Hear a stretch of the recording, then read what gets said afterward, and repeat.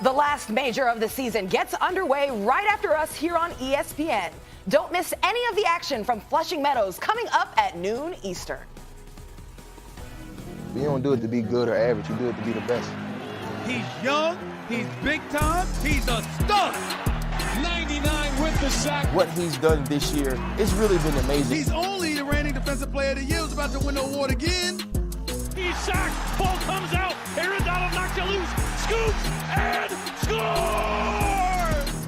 You can't stop him. He's a machine. Best interior threat in the game.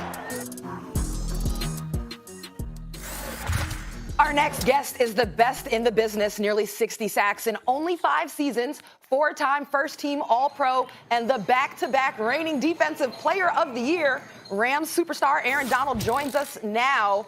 What's up, Aaron? You know I got to ask you about the story of the weekend in Andrew Luck retiring at the age of 29. What was your reaction when you heard the news? You're shocked, but it's kind of sad, because, such a great football player, you'll never want to see that, but, you take a toll on your body after years and they keep happening to you. I guess you get tired of it, so at the end of the day, you got to protect yourself. So with the decision he made, but it's definitely sad. Aaron, Will Kane here. So as Raj just introduced you, 2-time Defensive Player of the Year, but there are people beginning to talk about you as, and maybe too late, by the way, Aaron, MVP level. But we keep talking about guys like, for example, Luck, Brady, Rodgers. It seems to be a quarterback award. What's it going to take? What do you have to do this year to finally bring that MVP award to the defensive side of the ball? I don't know. Just keep playing ball, man. I guess score some touchdowns, but, just got to keep playing it and not think about it and just let it happen. So, in a mix of me just doing my job, trying to win games, success coming, whatever happens. Do you feel you deserve to be league MVP? Do you feel that you're somebody that deserves and warrants that kind of consideration, not just defensive player of the year, but league MVP, considering the position that you play? Well, that was last year. This is a whole new year, so it's starting fresh all over again. So if you feel, I feel like if you make the plays and you that type of guy that playing at that high level and deserve it, why not? So. Let me go back to last year, because obviously you guys went to the Super Bowl. You lost to the New England Patriots. I certainly don't blame the defense for that. You guys showed up. Your offense, that's a different story for another day. But as we go into this season, how are you feeling about your defense? You kept Fowler, obviously. You're still there. You acquired Clay Matthews in the offseason. He's not what he used to be, but experience matters, and he can still ball. But Ndamukong Suh is going. How are you feeling about your defense coming into this season? Oh, I feel real good. I feel like we've been looking great. We've been making, all the right calls. We got, guys like Weddle back there making great calls. A veteran president that had a lot of success in this league, and adding Clay to the mix. That I feel like that's not going to do nothing but make us better.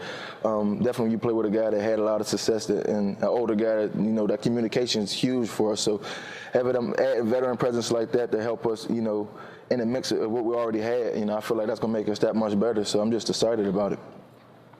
Aaron, you held out just before last season. You were looking for a new deal. Right now, all the headlines are about Ezekiel Elliott's holdout. Do you have kind of any advice for him in this moment? Just keep yourself in top shape. Just keep working, keep grinding, and it's a business at the end of the day. So things ain't gonna always go how you wanted to go. Just don't take it personal. You take it personal, and that's when things, in your head start messing with you, and you start, getting a little angry. So, as long as you let business be business, and keep yourself in top shape, you'll be fine. And obviously missing training camp didn't hold you back last year. And I'm going to ask you, how about this? I'm going to ask you for 2 names, okay? Tell me, when you're lining up that week, the quarterback that you're going against, whether or not it's how quick his release is or how much he's capable of reading what's about to happen with the defense, that you're most nervous about, the quarterback. But also, I really am curious which offensive lineman you feel like is the biggest job for you as you line up that weekend. When you have a lot of success, you start getting a lot of attention. So you really don't get that many opportunities at one-on-one. So I always tell people, it's usually not one guy. It's about 2 or 3 guys you got to worry about. So, right. We're playing against a good team, and we've been preparing for that and getting ready for it. Even though, we got one more preseason game left. Our ultimate goal is to get ready for week 1, and that's what we've been doing. I just started breaking down film yesterday on them. So, they got a great quarterback, got a good running back that can do a lot of things in the backfield and out the backfield. So you got a lot of good pieces around you. So you got to study that and make sure you're trying to contain them guys. So Everybody's been looking at you guys. You're the reigning defending NFC champions, and a lot of people look at y'all and they say, okay, no surprise if they get back to the Super Bowl. But there's Chicago, there's Philadelphia, there's Dallas, who you handled in the divisional playoff game. Thank you, by the way, for that. I really, really appreciate that. But when you look at what the other teams in the NFC, how they're looking right now, do you believe this is the same situation as last year? Do you think it's going to be considerably tougher this year because there's a slew of teams that are perceived as being better? You never know. You got to play. It's the preseason. Obviously, guys ain't going to play their starters, and, you play not too many snaps and things like that. So you never know. You never know until you actually suit up week one and you see guys actually playing a real live game and see the success they have, and then they actually start pulling plays out. You're really not running too much in the preseason. But you don't know, but I'm confident in the team we got, with the coaches we got, I feel like we're going to be a better team than we was last year. That's the scary thing. I feel like we had a lot of room for improvement, and I feel like, we've been improving them things. So why do you believe y'all are going to be better? Especially, and listen, and let me preface my comment by saying this. Too many questions have been asked about Todd Gurley's health. I damn near feel that's unfair to him. Give the man a chance to show up on the field because we know when he's healthy, he's an absolute stud. But nevertheless, there have been those questions, and we saw Goff struggle a little bit in the Super Bowl. Why do you believe this team this year is going to be better than last year's team? Well, that was last year. You live and you learn from, mistakes last year. I feel like, the ups and the downs we had made us that much of a stronger team, and obviously, going to the Super Bowl and falling short, if that don't light a fire under you, I don't know what would, So I feel like, everybody got a different type of mindset, having that experience and going through what we went through last year, and then adding new pieces to this defense, obviously, like Weddle and Clay.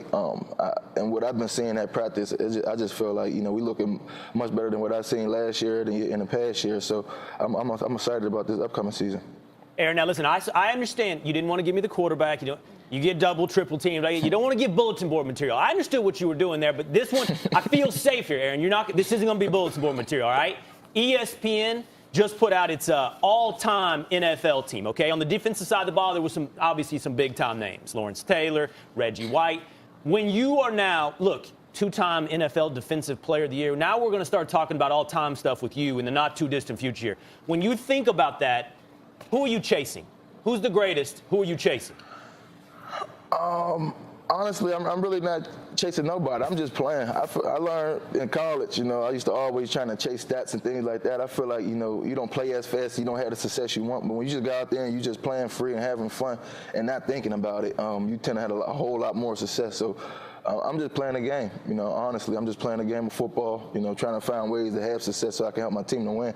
And like I said, in the mix of doing that, you have success and things happen and unfold how they unfold. But, my main goal is, to be the best player I can be. Obviously, I'm not planning to be average. I want to be great. So, but, I'm having success, and my main goal is to continue to have success and keep getting better and better. So I'm just playing ball, though. All right, Aaron Donald, we wish you the best of luck and the best of health this season. Go ahead, May I say this to Aaron Donald? First of all, again, thank you for silencing them damn Cowboy fans last year. It's greatly appreciated. And thank you for bringing relevancy in football back to L.A. because there are many, many worse places to be than Southern California. Thank you, bro.